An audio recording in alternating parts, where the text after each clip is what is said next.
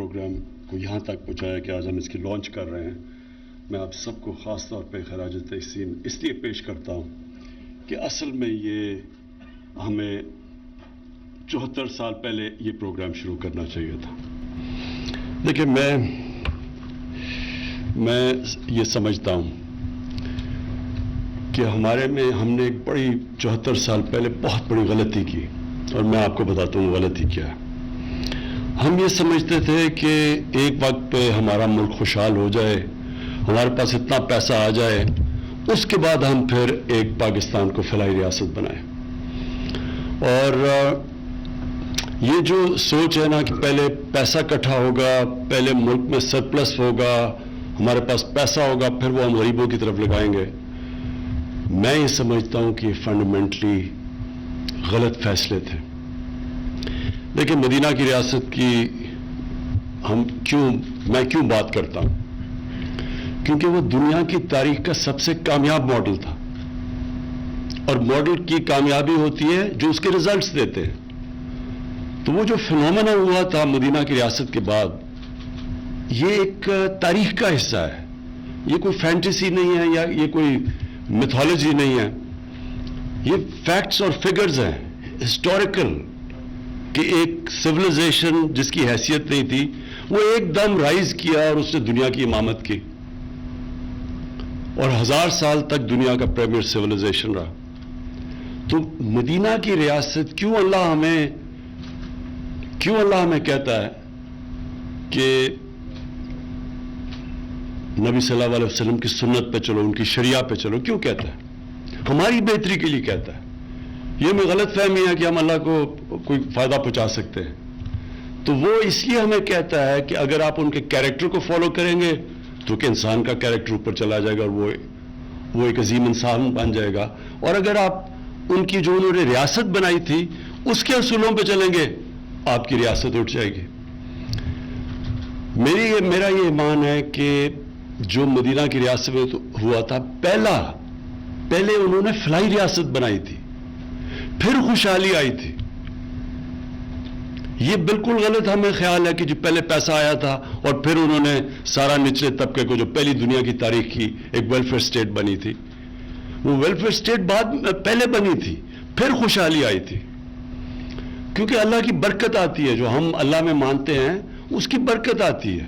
اس کی جب وہ خوش ہوتا ہے کہ آپ اس کی انسانیت کے لیے کچھ کرتے ہیں تو اوپر سے پھر وہ آپ کی مدد کرتا ہے. کیونکہ اس کی کوئی ایکسپلینیشن نہیں ہے کہ دیکھتے دیکھتے دو سپر پاورز کے بیچ میں ایک قوم جس کی حیثیت ہی کچھ نہیں تھی اور ڈیوائیڈڈ تھی ٹرائبز کے اندر, وہ ایک دم اٹھ گئی اور دونوں سپر پاورز اس کے سامنے کولیپس کر گیا اور وہ دنیا کی ٹاپ سویلائزیشن بن گیا. اور ساتھ ساتھ اس کے انصاف, یہ دونوں اللہ کے حکم ہیں, انصاف اور انسانیت, یہ بیسز ہے ایک سویلائزیشن کا. اب آپ دو قومیں دیکھ لیں, ایک ہی جتنی آبادی دونوں کی, ایک طرف ہندوستان دوسری طرف چائنا. 35 سال پہلے دیکھ لیں, 40 سال پہلے تقریباً ایک ہی ساتھ تھے دونوں. آپ ان کے سوشل انڈیکیٹرز دیکھ لیں, تقریباً ساتھ تھے وہ. آج چائنا آسمان پہ پہنچ گیا ہے اور ہندوستان میں وہی ایک جزیرہ ہے بہت امیر لوگوں کا اور نیچے غربت ہے. چائنا نے وہ جو ہم چاہتے ہیں, چائنا نے وہ اصل میں مدینہ کا ماڈل فالو کیا. چائنا نے وہ اصل میں مدینہ کا ماڈل فالو کیا. انہوں نے نیچے سے طبقے کو اوپر اٹھایا, اور چائنا جب گیا تو انہوں نے باقاعدہ بتایا کیا سٹیپس لیے گئے کہ انہوں نے اپنے نچلی طبقے کو کس طرح اوپر اٹھایا, کیسے پاورٹی ایلیویشن میں کیا, اور پھر کیسے انہوں نے ان لوگوں کو باقاعدہ پروگرامز بنا کے 10 سال 15 سال 20 سال کے پروگرامز بنا کے انہوں نے اپنے نچلے طبقے کو اوپر اٹھایا, اور وہ چیز کی جو دنیا کی تاریخ میں کبھی کسی نے نہیں کی. یعنی جن نمبرز میں انہوں نے لوگوں سے غربت سے نکالا, اور پھر ابھی شی جن پنگ نے اناؤنس کیا کہ ہم نے ایکسٹریم پاورٹی ختم کر دی. تو آپ وہی دیکھ لیں کہ ہندوستان آج کدھر ہے اور وہ چائنا کدھر پہنچ گیا ہے. سو ہمارا جو فنڈامنٹل پرنسپلز ہم نے اس قوم میں جو ہمیں اڈاپٹ کرنے چاہیے تھے, جب ہم نے ایک بہت بڑا ہمارے فاؤنڈنگ فادرز نے کہا کہ یہ مثالی اسلامی فلاحی ریاست بنے گی. یہ جو فیصلہ تھا اس کے اوپر کبھی عمل ہی نہیں ہوا اور ایک ایلیٹسٹ سسٹم بن گیا. جو آپ اور چیزیں چھوڑ دیں, تعلیم کا نظام لے لیں. یہ کتنی بڑی ایک ملک کی بدقسمتی ہے کہ ایک چھوٹے سے طبقے کو آپ انگلش میڈیم پڑھا دیں اور وہ نوکریاں ان کو دلوا دیں, باقی جو آپ کی عوام ہے وہ بیچاری اوپر ہی نہیں آ سکتی. ایجوکیشن اپارٹھائڈ, کہ آپ ایک طبقے کے لیے ایک تعلیم, دوسروں کے لیے نیچے, اور پھر ایک دینی مدرسے چل رہے ہیں.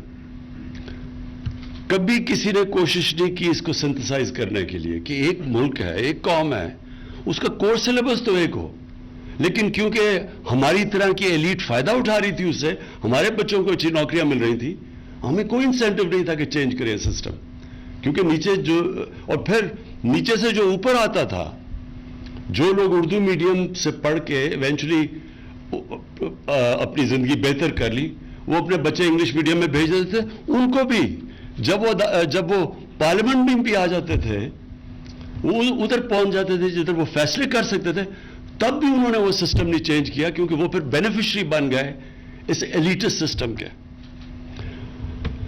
اور اس لیے میں شفقت آپ کو خاص طور پہ یہ خراج تحسین پیش کرتا ہوں, جو پہلی دفعہ پاکستان کی تاریخ میں ہم نے اب یہ بڑا مشکل اٹیمپٹ کیا چینج کرنے کا یہ سسٹم, کہ ہم نے ایک کورس سلیبس ایک بنایا.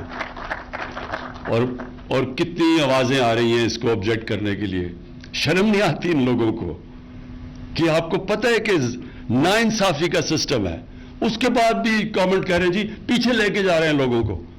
یعنی کہ سمجھ نہیں آئے کہ پیچھے کیسے جا رہے ہیں. اگر آپ ساروں کو لیول پلینگ فیلڈ دیں گے کہ وہ بھی انگریزی سیکھیں تو پیچھے کیسے جا رہے ہیں. دوسری چیز جو شوکت نے بات کی کہ ہمارا جو سسٹم بن چکا ہے وہ سارا ایلیٹ کے لیے بن چکا ہے.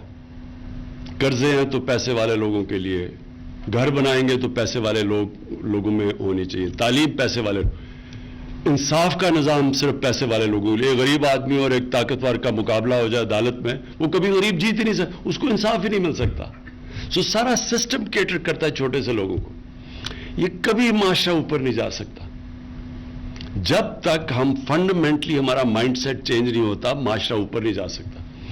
میں بڑا سوچتا تھا کہ 1700s میں 1700 میں ہندوستان کا جو جی ڈی پی تھا وہ 24% تھا دنیا کا.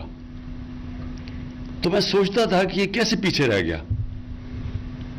تو ایک برنیئر ہے جو 1650s میں جو شاہ جہان کے کورٹ میں جاتا ہے اور وہ فزیشین بن جاتا ہے وہاں. تو اس کی ڈائریز ہیں کہ وہ کورٹ کی لائف کیا تھی. تو اس میں بڑی زبردست انسائٹ ملتی ہے کہ ہم کیوں پیچھے چلے گئے. اس وقت سپر پاور تھے مغل, دنیا کی سپر پاور مانے جاتے تھے وہ. تو وہ جب وہ ڈسکرائب کرتا ہے وہاں کی دنیا, اور پھر وہ کمپیئر کرتا ہے کہ فرانس میں کیا ہو رہا ہے, اور وہ فرانس میں کیا حالات تھے اور ادھر کیا حالات تھے ہندوستان میں. تو پہلے تو وہ بادشاہ کا بتاتا ہے کہ اس کے پاس جس طرح کے جو وسائل تھے, پیسے تھے, ہیرے, جولری, سب کچھ, کہتا وہ مقابلہ ہی نہیں کر سکتا تھا فرانس سے, ان کا بادشاہ. یعنی جس طرح کی وہ امیری تھی اس کے بادشاہ, مغل بادشاہ, پھر اس کے پرنسز تھے, پھر ان کا سارا. لیکن اس نے جو اصل بات کی, اس نے کہا جب میں دلی میں جاتا تھا اور میں اس کو کمپیئر کرتا تھا پیرس سے, تو پیرس میں جب آپ سڑک پہ پھرتے تھے تو 7 ایسے لوگ ہوتے تھے جن کے کپڑے اچھے ہوتے تھے, اور 3 ہوتے تھے جو کہ غریب ہوتے تھے. لیکن کہتا جب میں دلی کی سڑک میں پھرتا تھا تو 6 ایسے لوگ ہوتے تھے جن کے کپڑے پھٹے ہوئے اور جو غریب ہوتے تھے, اور صرف 3 یا 4 ہوتے تھے جن کے اچھے کپڑے تھے.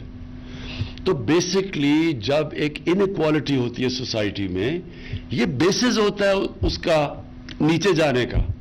کوئی بھی معاشرہ نہیں کامیاب ہو سکتا جدھر ایک امیروں کا ایک جزیرے ہو اور غریبوں کا سمندر ہو. کوئی معاشرہ نہیں کامیاب ہو سکتا. تو ہماری کیا کوشش ہے, وہ اپنا ذرا مائنڈ سیٹ اور ملک کی پرائرٹیز چینج کریں کہ یہ جو نیچے طبقہ ہے جس کے لیے نہ ہم آپ کو پتہ ہے کوئی گھر ہی بیچارے نہیں بنا سکتے, کوئی سسٹم ہی نہیں تھا لون دینے کا. غریبوں کو تو چھوڑیں, جو ہماری پروفیشنل کلاسز ہیں, غریب جو ہمارے لوور مڈل کلاسز ہیں, جو مڈل کلاسز ہیں, وہ بھی گھر نہیں بنا. کیش ہے تو گھر بناؤ, یا کوئی سسٹم ہی نہیں تھا ہاؤس فائنینسنگ کا. اور پھر جب ہم نے یہ کیا اور بڑی مشکلوں سے, یہ بڑی دیر لگی رکاوٹیں دور کرتے کرتے کہ کیوں نہیں فائنینس جا رہا نیچے, تو ہم نے پھر ریئلائز کیا فائنلی جب تیار بھی ہو گیا سسٹم, ہم نے قانون بھی وہ فورکلوجر لا کا جو قانون تھا وہ جو پھنسا ہوا تھا بڑی دیر سے, وہ بھی کسی نے کوشش کی کہ اس کو وہ اسٹے آرڈر ختم کرنے کے لیے. تو جب ہو بھی گیا, پھر بھی جو ہمارے بینکس تھے ان کے پاس انفراسٹرکچر ہی, ان کی ٹریننگ ہی نہیں تھی چھوٹے لوگوں کو قرضے دینے کے لیے, تو وہ چھوٹے لوگوں کو قرضے نہیں ملتے تھے. ہم نے پھر جب ریویو کرتے تھے تو اس لیے یہ بڑا زبردست آئیڈیا, اور شوکت ترین آپ کی اس لیے کیونکہ بینکنگ میں آپ کا ایکسپیرئنس تھا, تو اس لیے پھر یہ جو مائکرو فائنانس کی طرف آئے, اور جس طرح قوت کا بڑا زبردست ان کی تجربہ اور ایکسپیرئنس ہے, تو بجائے ہم نے ریئلائز کیا کہ بینکس جب تک سیکھیں گے چھوٹے لوگوں کو قرضے دینے میں, تب تک تو ہمارے 5 سال بھی پورے ہو جائیں گے. تب ہم نے پھر سوچا کہ ہم مائکرو فائنانس کمپنیز کو لے کے آئیں, جو شوکت ترین کا آئیڈیا تھا. اور اب انشاءاللہ یہ جو کامیاب پاکستان ہے, یہ ایک لینڈ مارک پاکستان کی تاریخ میں ایک ایسا پروگرام یہ شروع کر رہے ہیں ہم, جو میں سمجھتا ہوں کہ خیر کامیابی تو اللہ دیتا ہے, کوشش انسان کی ہے, کہ میں یہ سمجھتا ہوں کہ جب آپ اس طرف لگ جائیں جدھر عام آدمی کی زندگی آپ بہتر کریں, جدھر غریب آدمی کی دعائیں لگیں, تو اسی معاشرے میں اللہ کی برکت آتی ہے. میں صرف اپنا تجربہ آپ کو شوکت خانم کا بتا دوں کہ ہم نے جب میرا صرف شوکت خانم بنانے کا صرف مقصد ایک تھا کہ غریب آدمی چھوڑیں, 95% 90% پاکستانی کینسر کا علاج نہیں کروا سکتے کیونکہ سب سے مہنگا علاج ہے. تو وہ میں نے تب سوچا کہ غریب آدمی, اگر ہم پیسے والے لوگوں کے لیے اتنا مہنگا علاج ہے تو غریب آدمی کے لیے تو امپاسبل ہے. تو شوکت خانم کا بیسس وہ تھا. اب یہ سوچیں کہ جب وہ ہاسپٹل بنا تو ہمیں سب نے کہا کہ غریب کا ایک پہلے ہی بڑا مشکل ہوتا ہے, کینسر ہاسپٹل کے جو ایکسپنسز جو چلانا اس کا رننگ کاسٹ سب سے زیادہ ہوتے ہیں. تو اگر آپ غریب کا مفت علاج کریں گے تو ہاسپٹل چلے گا ہی نہیں. تو ہمارے جو باہر سے بھی ایڈوائز, اپنے باہر سے ایڈمنسٹریٹر منگوایا, اس نے بھی یہ کہا کہ اگر آپ نے 5% سے زیادہ لوگوں کا مفت علاج کیا بند ہو جائے گا ہاسپٹل. اور وہ پھر ہاسپٹل نے میرا یہ جو ایمان پکا کیا کہ جب آپ غریب کے لیے, اور ہم کھڑے رہے, ہم نے وہی کیا کہ 70% کا مفت علاج ہوگا. تو یہ دنیا میں کوئی ایک پرائیویٹ کینسر ہاسپٹل نہیں جو 70% مریضوں کا مفت علاج کرتا ہے, کوئی نہیں ہے دنیا میں ایسا. اور جب ہم نے کیا تو جو یہ میں صرف آپ کو فگر دینا چاہتا ہوں کہ جو 70 کروڑ میں ہاسپٹل بنتا ہے وہ آج غریبوں کا 9 ارب روپے کا مفت علاج ہوتا ہے ہر سال, 9 ارب روپے کا. لیکن ہر سال پچھلے سال سے زیادہ پیسہ آ جاتا ہے. یعنی یہی قوم پیسے دیتی ہے. جو 70 کروڑ کا ہاسپٹل تھا جس نے کہا چلے گا ہی نہیں اگر آپ نے 5% سے زیادہ کیا, وہاں 70 سے بھی 75% کا مفت علاج ہوتا ہے. لیکن ہر سال پچھلے سال سے پیسہ زیادہ آتا ہے. تو اگر میں یہ کہوں کہ میں کوئی دنیا کا مارکیٹنگ جینیس ہوں کہ یہ میں کدھر سے پیسے لیا, یہ نہیں ہے. یہ اللہ کی برکت آتی ہے. غریب کی وہ آواز سنتا ہے, اس کی تکلیف میں اس کی دعائیں سنتا ہے. اور یہ ہم نے فنڈامنٹل غلطی کی ہے پاکستان میں. ہم نے یہ کبھی سوچا ہی نہیں کہ وہ جو لوگ جو نیچے طبقہ پیچھے رہ گیا ہے اس کے لیے ہم نے کیا کرنا ہے. ہماری ساری سوسائٹی کیٹر نہیں کرتی ان لوگوں کے لیے. ہماری یہ ملک میں سب سے زیادہ جنراسٹی ہے. یہ سب سے زیادہ خیرات دیتا ہے ملک, لوگ دیتے ہیں. لیکن گورنمنٹ جس کو لیڈ کرنا چاہیے تھا وہ سارے سسٹمز ہی بن چکے ہیں ایلیٹ کے لیے. سب کچھ پاکستان میں ہمارا سارا سسٹم صرف ایک چھوٹے سے ایلیٹ کو کیٹر کرتا ہے. اور جب آپ یہ چینج لے کے آتے ہیں تو بڑی ریزسٹنس آ جاتی ہے اس کے اوپر. تو یہ میں تو سرپرائز نہیں ہوں کہ انہوں نے بڑا کہا آپ کو کہ جی یہ نہیں ہو سکتا. ہمیشہ جب آپ یہ چیز کریں گے تو لوگ کہیں گے یہ نہیں ہو سکتا. یہ انشاءاللہ یہ بڑی محنت سے آپ تک یہاں پہنچے ہیں. انشاءاللہ یہ کامیابی سے چلے گا. آپ کو پرابلمز آئیں گے. آپ کے پاس پوری ایک کمیٹی مانیٹرنگ کرنے کے لیے بیٹھی ہونی چاہیے جو کانسٹنٹلی ایویلویٹ کرے کہ کس طرح کے پرابلمز آ رہے ہیں. پرابلمز آئیں گے آپ کو, لیکن آپ کو اس میں بہت اللہ کی برکت آئے گی جس کی وجہ سے یہ کامیاب ہوگا. میں صرف یہ کہہ دوں کہ اس وقت جب لوگوں کو مشکل ہے اور مہنگائی کی وجہ سے ہمیں پتہ ہے کہ نیچے لوگوں کو تکلیف ہے, لیکن میں لوگوں کو صرف یہ بتانا چاہتا ہوں کہ گورنمنٹ اپنی پوری کوشش کر رہی ہے کہ نچلے طبقے کو ہماری تکلیف نہ ہو اس ٹائم پہ جب کہ چیزیں مہنگی ہیں. تو میں صرف یہ بتا دوں کہ دنیا میں تیل کی قیمت پچھلے چند مہینوں میں 100% بڑھی ہے. پاکستان میں ہم نے صرف 22% بڑھائی ہے. اس وقت پاکستان سوائے وہ ملک جو 19 ملک ہیں جدھر تیل خود اسی یعنی جو ادھر سے تیل نکلتا ہے جن کو امپورٹ نہیں کرنا پڑتا, سوائے ان کے علاوہ پاکستان میں اس وقت سب سے کم قیمت پہ ہم ڈیزل اور پیٹرول بیچ رہے ہیں کیونکہ ہم نے صرف 22% بڑھائے ہیں. گندم 37% دنیا میں اس کی قیمت بڑھی ہے. یہ جو سارا کرنچ آیا ہے کووڈ کی وجہ سے دنیا میں جب سپلائی لائنز افیکٹ ہوئی ہیں تو اس وقت 37%. پاکستان میں ہم نے صرف 12% بڑھائی ہے. چینی دنیا میں 40% اس کی قیمت اوپر گئی ہے. پاکستان میں ہم نے صرف 21% بڑھائی ہے.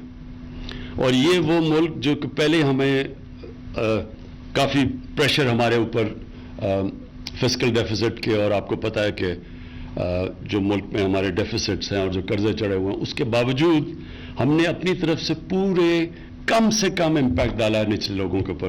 میں صرف آپ کو یہ بتا دوں کہ ہم نے سیلز ٹیکس اور پیٹرولیم کی جو لیوی ہے, اگر ہم اس کو نیچے نہ لے کے آتے, کیونکہ ہمارا اس لیے سستا ہے ہمارا کیونکہ ہم نے سیلز ٹیکس بھی پورا نیچے لے آئے پیٹرول پہ اور ڈیزل پہ, اور لیوی بھی نیچے لے آئے ہیں.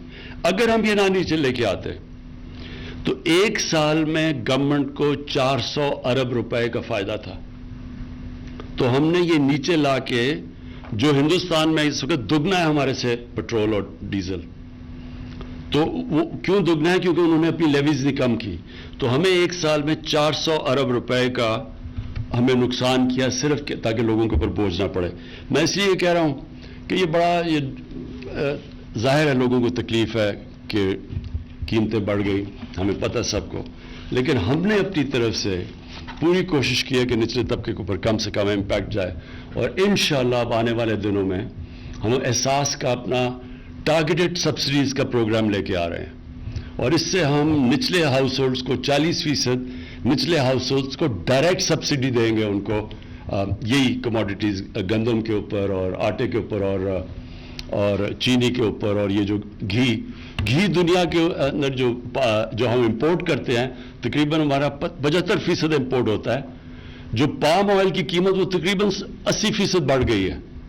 تو وہ جو اگر یہاں اوپر گیا تو کیونکہ ہم امپورٹ کرتے, بیسکلی امپورٹڈ انفلیشن ہے. 40 لاکھ ٹن ہم نے پچھلے سال گندم امپورٹ کی ہے.